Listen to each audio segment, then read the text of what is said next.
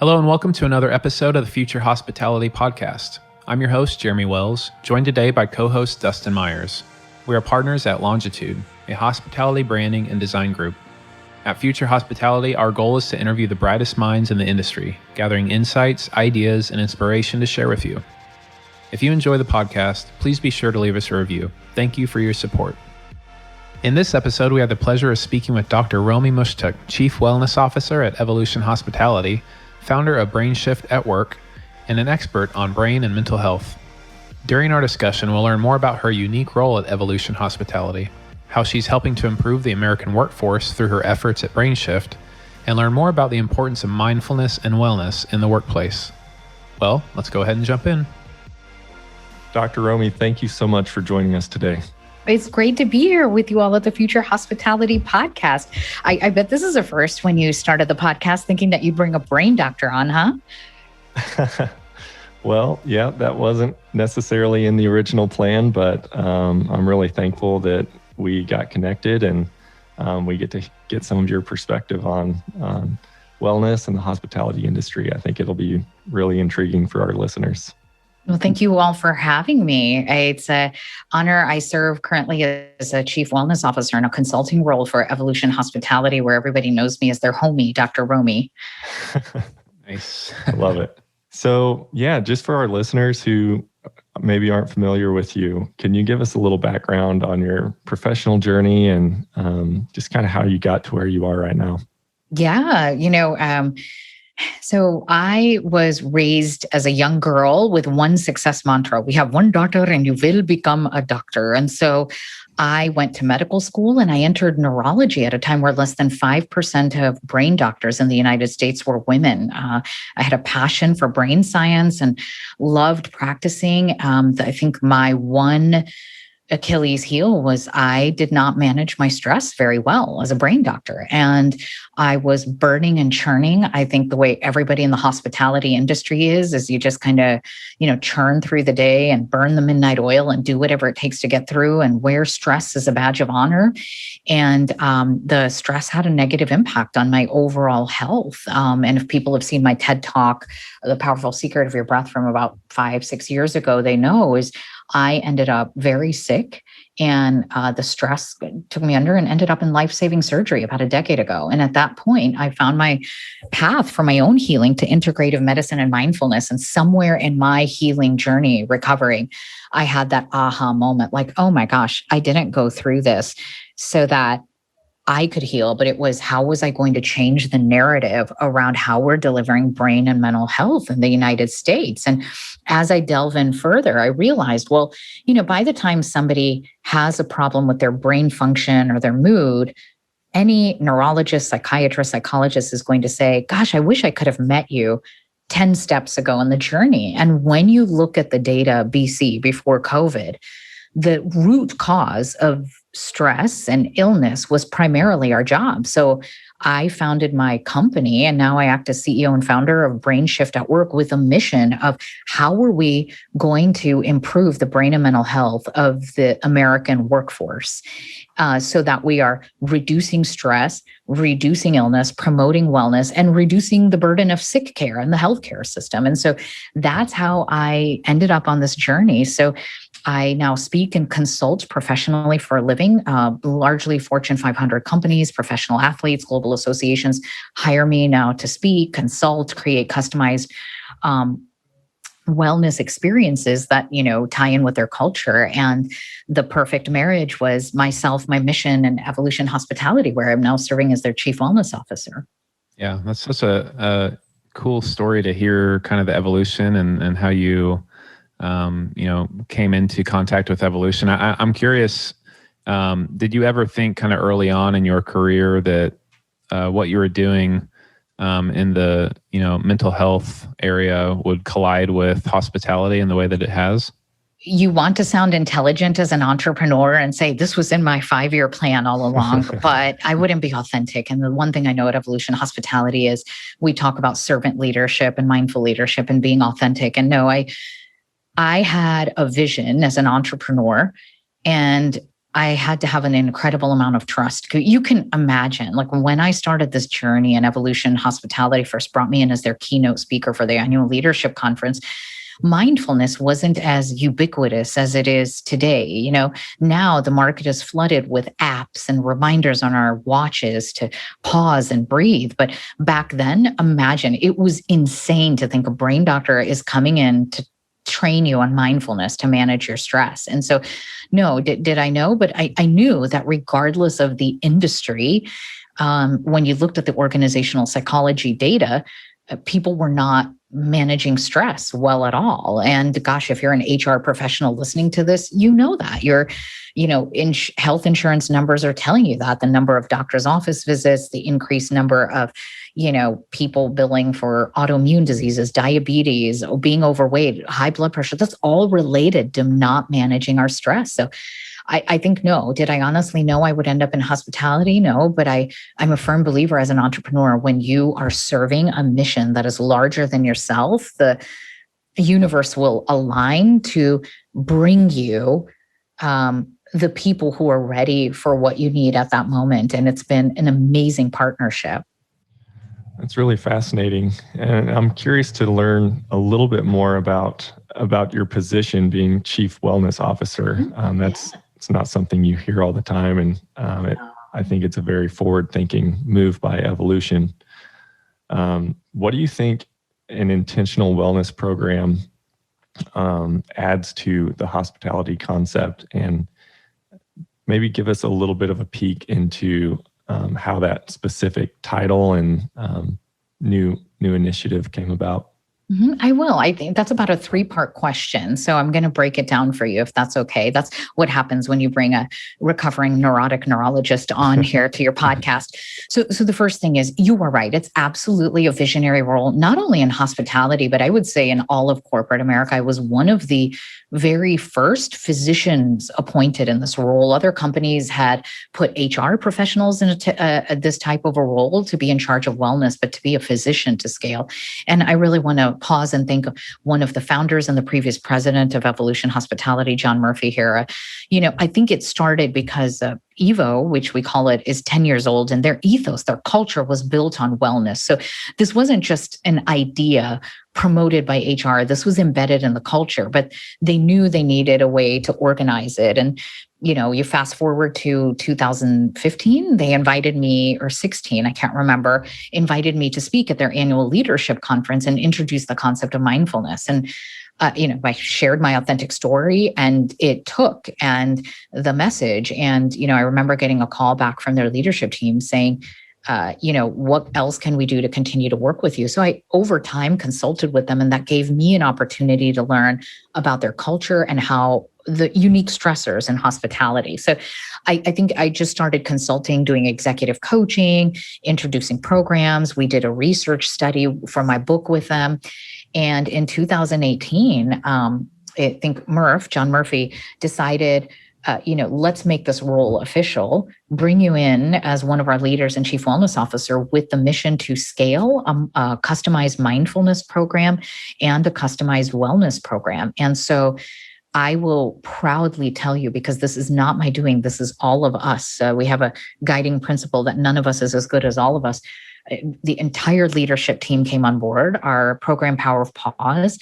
Within 18 months, we had over 70% adaptation rate of mindfulness, both at the corporate office and our properties, and had trained over 80 Evo mindful guides. So I training other leaders in the company to now disseminate the mindfulness program at their properties. And so that's how that worked. And now I knew I had to come up with something innovative given what hospitality is undergoing. So we've just launched the brainSHIFT at Work program at Evolution Hospitality, but known as brainSHIFT at Evo, which is a customized wellness program based in brain science, mindfulness, and integrative medicine. So that's been my journey. And I didn't do it alone. I think what the difference is, or how it's forward thinking, is you bring a name and a face in for someone that is going to be part of the team and create these changes. It's very different.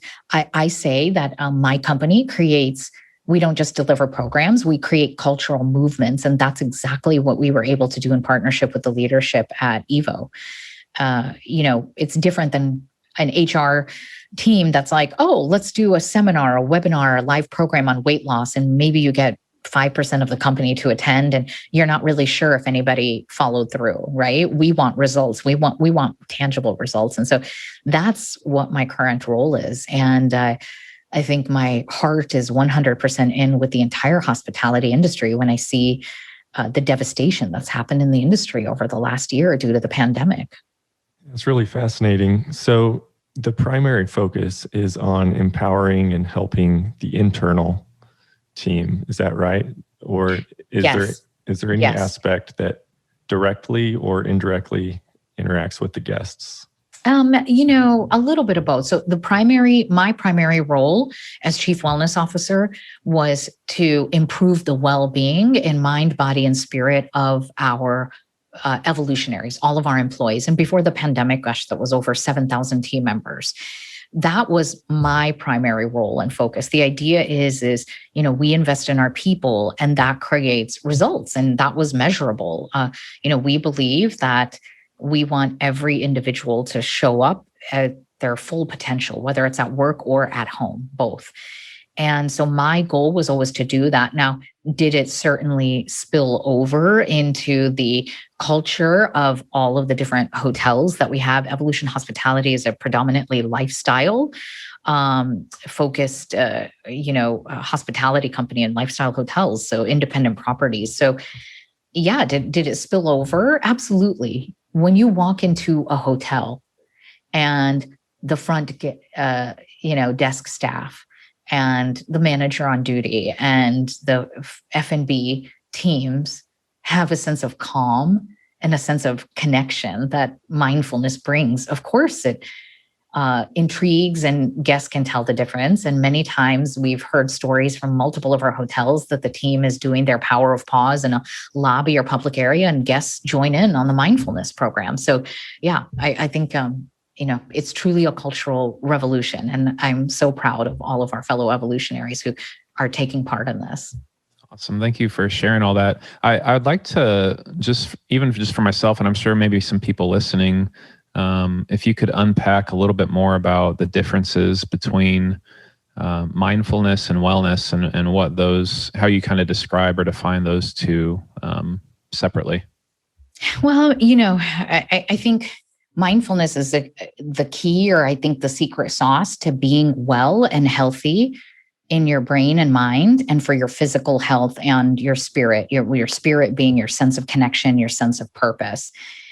And we started with mindfulness, knowing that it would foster health in those three areas, as well as foster servant leadership or mindful leadership and improve our leadership skills. So that's why, we picked mindfulness and created an entirely separate program known as the Power of Pause to train people on mindfulness routines, both at work and at home. So mindfulness is defined as bringing your brain to present-centered awareness. I look at mindfulness and meditation as one of the tools, or controlled breathing to be mindful, is as a brain training to be able to set your brain to a channel of calm, regardless of the chaos that's going on in your workday or in your personal life. And that's what mindfulness does for us. I feel so thankful because I think over the last year, how many of our fellow evolutionaries, as all over hospitality, were furloughed. And they would reach out and tell me it was the power of pause that kept me sane, or kept me hopeful, or kept me connected with everybody at Evolution Hospitality. So like I said, it was a cultural movement and mindfulness that helped people with a tool to manage their stress and manage their emotions. And who doesn't need that, especially in today's world? Now, your question about wellness, we're very thoughtful in wellness and look at it from different areas. This was prior to my arrival, but when the company was founded, they created a wellness triangle that covers the mindfulness, nutrition, exercise, sleep, a sense of community. And so it's my job now to take that ethos and create programs that foster and move that forward. And so, that's what it is. It's so much more than putting everybody on a certain type of diet or just demanding everybody exercise. And, you're lucky if, 10% of people follow through. So that's what it means. Yeah, I love the what you mentioned earlier, programming versus like creating a cultural movement.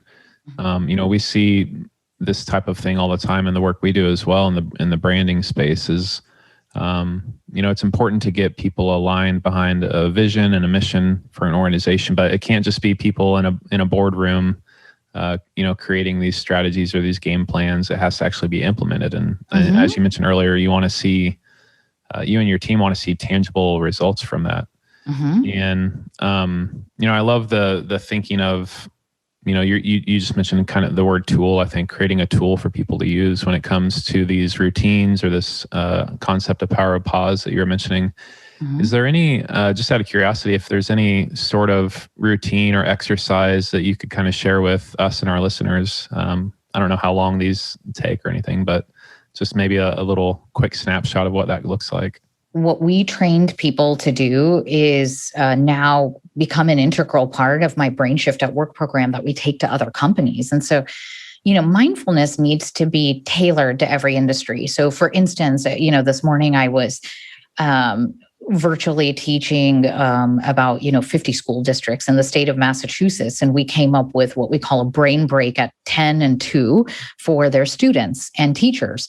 At Evolution Hospitality, we know at hotels, people typically have stand-ups. So a particular guided meditation is done to start off every stand-up meeting. And at corporate office, we start the power of pause or a mindful minute before every meeting. It gives everybody a chance to put down their cell phones and put down their paper and stop talking. And everybody becomes focused on being present with each other. So now you feel this sense of connection and that nobody feels left out on the team. And when you can all come to a place of calm together, meditating together for just 3 to 5 minutes, the feedback we got was, stand-up meetings were more efficient and people were leaving happier. Everybody felt seen and heard, and it was calm, and there was less conflict or improved communication with that. And I think the same thing happens with meetings as well, sit-down meetings. And so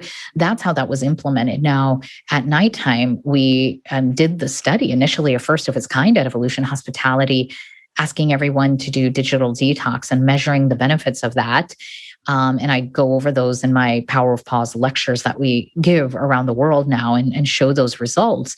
And then give people a guided meditation or a way to meditate at night. And if people want to try an example of it, who are listening to this podcast, and we can give you the link, they can go to my website, drromie.com/test, and take the Busy Brain test and get personalized recommendations that are based on really what I learned to teach at scale at Evolution Hospitality. So all of that is there just on my website at drromie.com for free, because we are committed to help individuals and teams improve their brain function and mental function. So, yeah. Yeah, thanks for explaining some of that. I think it's really, really interesting, especially the digital detox that you brought up. I think people, maybe in my age demographic, who have grown up with just screens everywhere, screens in our pockets, and we're really struggling to figure out, is this healthy, and how much is healthy, and what can we do to really live life the way it's meant to be lived, where technology is a tool and not something that controls us. Yeah. Well, you know what, I'll tell you, I think it's a fallacy to think it's just millennials. When I look, or Gen Z, when I look at the literature now, organizational psychology, medical literature, and mental health literature, even before the pandemic, I think technology was taking over everybody's lives. If you were working or in school, it didn't, regardless of your age demographic. And now, obviously, in our virtual world, where children are virtually schooling, and you may be having more since we can't gather, we're having more meetings on Zoom personally and professionally. Our screen time has been elevated, and it is both a blessing and a curse, isn't it? And so that's why we specifically looked at the benefits of digital detox. There's all these medical studies that look at what happens in individual brains and animal brains when you're sitting in front of a screen late at night. But this was one of the first of its kind studies that was done in a large group of people in the workplace. And what we found overall was in 21 days of doing digital detox for 30 to 60 minutes before bedtime, people fell asleep easier, they stayed asleep, but more importantly, they woke up feeling more energized. And it was that simple. Yeah, that's really fascinating.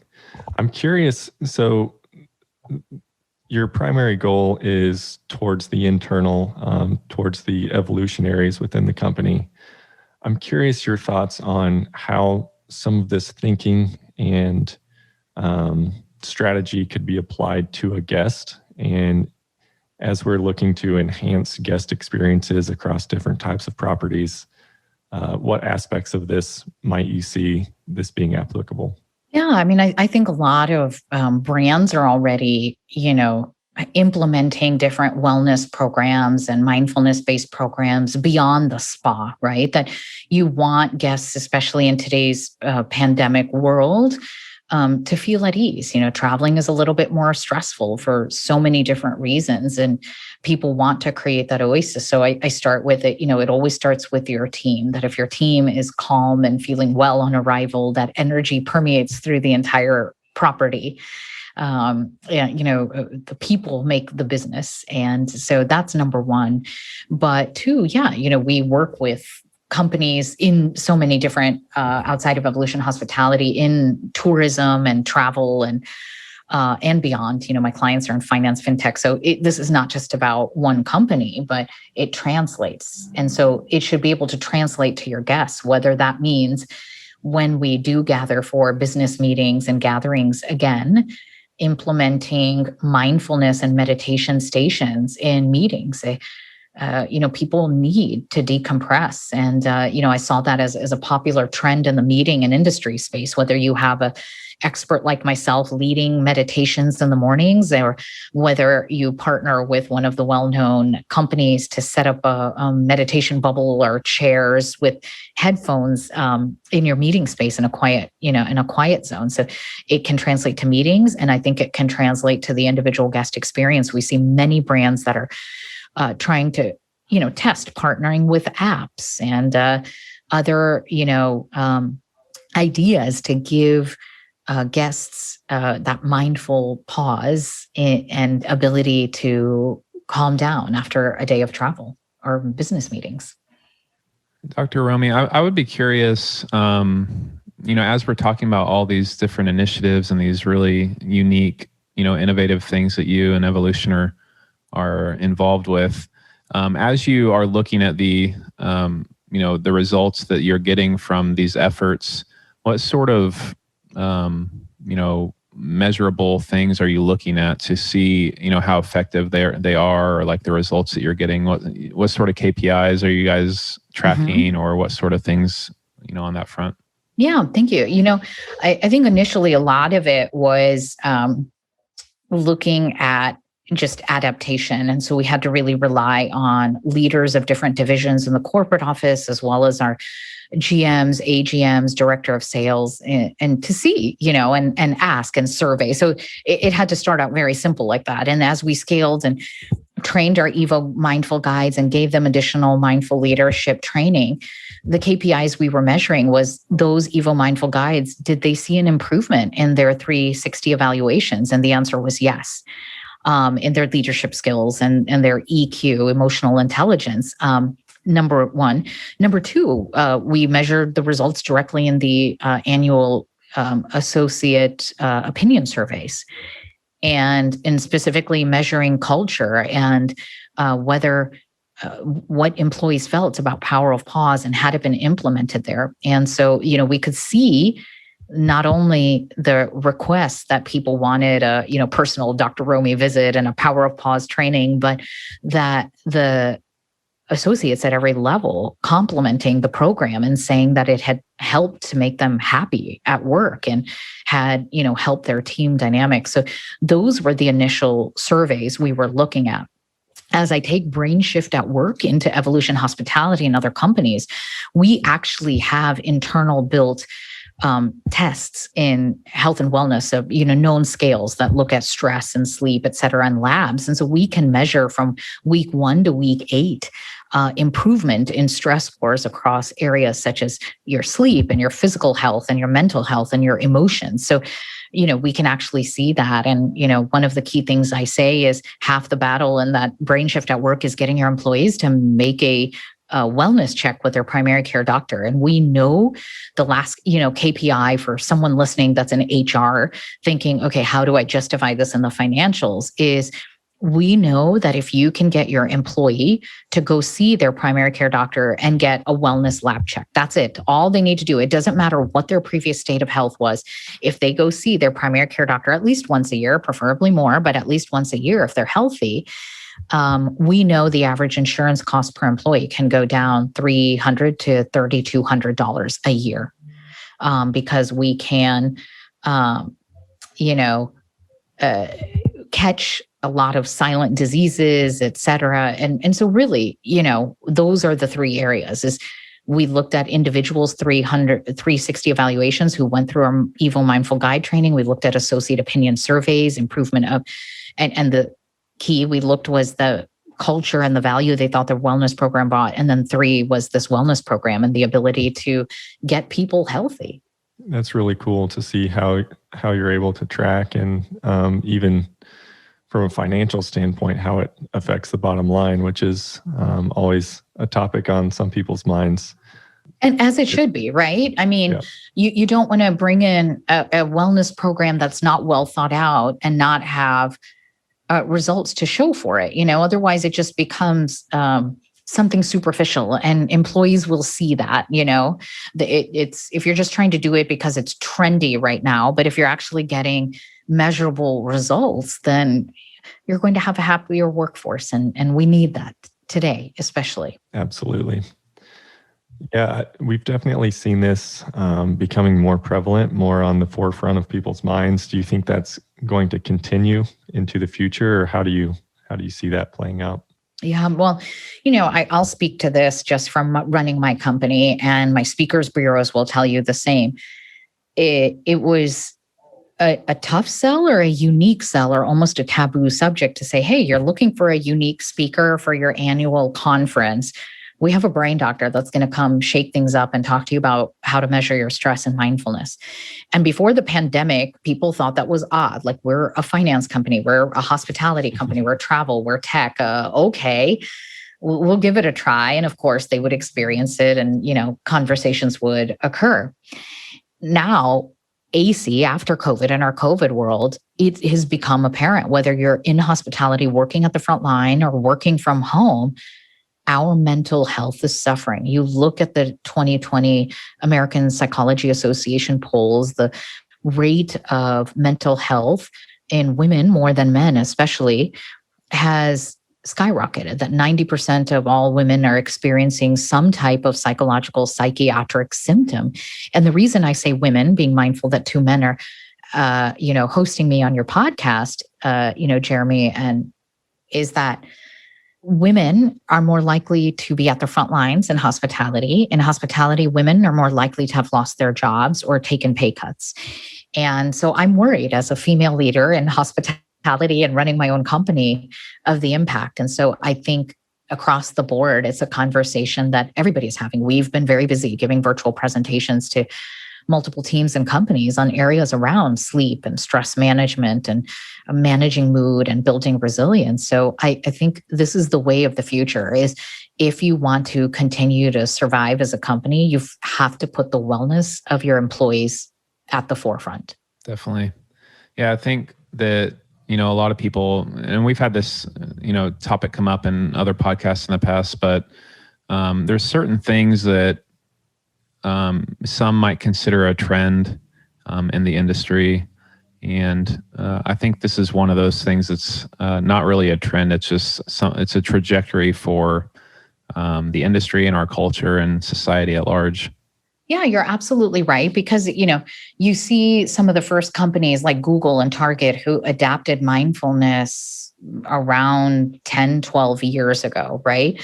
You could have thought it was a trend then, or it was unique, certainly. And then you looked at, when I gave my TED Talk in 2014 and in 2015, it went viral and companies started to call and they wanted to hear more. That was the start of the trend. And, so much so at that time, the Walter Thompson, put it in their trends reports that mindfulness was one of the top 10 trends of that year. And you since then have seen this plethora of apps and resources and training in every industry from medicine to law, and MBA schools talking about the role of mindfulness and wellness. So this is not a trend. This is to your point, a trajectory that we're on. And I think the pandemic has just sped up the need to integrate it. So the companies that are falling behind are the ones that never had it on their radar to consider the wellness of their employees to begin with.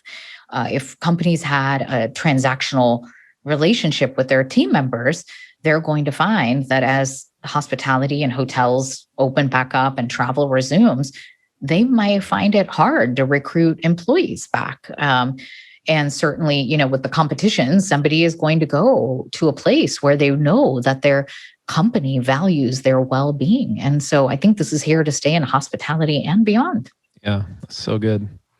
Yeah, you mentioned a term that was funny to me, but I think it's good, is after COVID, AC. Kind of leading into the next couple questions here. We always like to ask our guests as we kind of wrap up the podcast is talking about like the future and thinking ahead, with everything this world has gone through over the last 12 months. What are some things that just excite you about the hospitality industry as it relates to what you're doing, or just in general, like what are you excited about the future in this industry? Well, I'm going to say and it's largely based on my, inspiring journey with Evolution Hospitality and our parent company, Aimbridge. I'm excited that they already had the jump start on thinking about the importance of your company culture beyond just, words on a website, but actually how we were going to live and breathe it. And that we planted the seeds for mindfulness and wellness.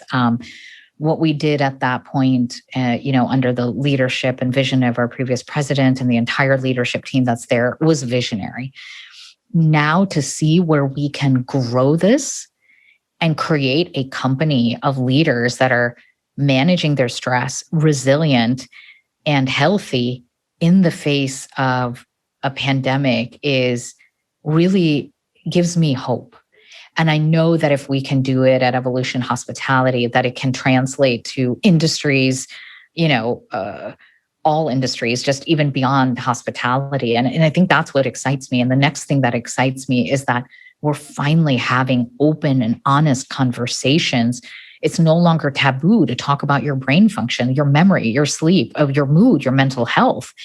And knowing that innovators in healthcare like myself can now partner with organizations to say, here is a program we can measure and deliver results, and let's help to stave off the brain and mental health crisis that is happening in the United States. And if it can start in the workplace and we start with our employees and we show them that we care, well, then everybody wins. And that's what gets me out of bed every morning. That's really exciting.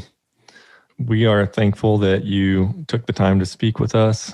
Thank you for sharing your personal journey with all of this and how that affected your career trajectory. I think it's really exciting to see what you're doing with Evolution and get to see how that resonates with different companies and just brings awareness to this whole topic. I think it's much needed, and it's exciting to see progress being made in this area. Well, thank you both for having me. And, we look forward to continuing the conversation. If people want to find out more about the work that you're doing, where can they go? Yeah, my website is drromie.com. If you go there, on the front of it, you can take a stress test and see where you are. Do you have a busy brain? Take a 4-minute test and see if brain drain is draining you of your sanity and sleep. And we give you personalized solutions. You'll see a lot of the things that we've worked on there internally at Evolution Hospitality and at Dr. Romie on social media. Like, join the conversation. It's time to brain shift. That's awesome. I'm going to go take the test now. Yes. and I've had such a great time with you all that I'll give you some personalized recommendations. Let me know how you do. I appreciate it. Awesome. Well, thank you so much. I hope you enjoyed today's episode of the Future Hospitality Podcast. If you enjoyed today's topic and episode, please leave us a review. If you'd like to learn more about Longitude, you can visit longitudebranding.com to see our portfolio of design work, read our Insights blog, and learn more about our team. You can also find us on Instagram and Facebook by searching for Longitude Branding.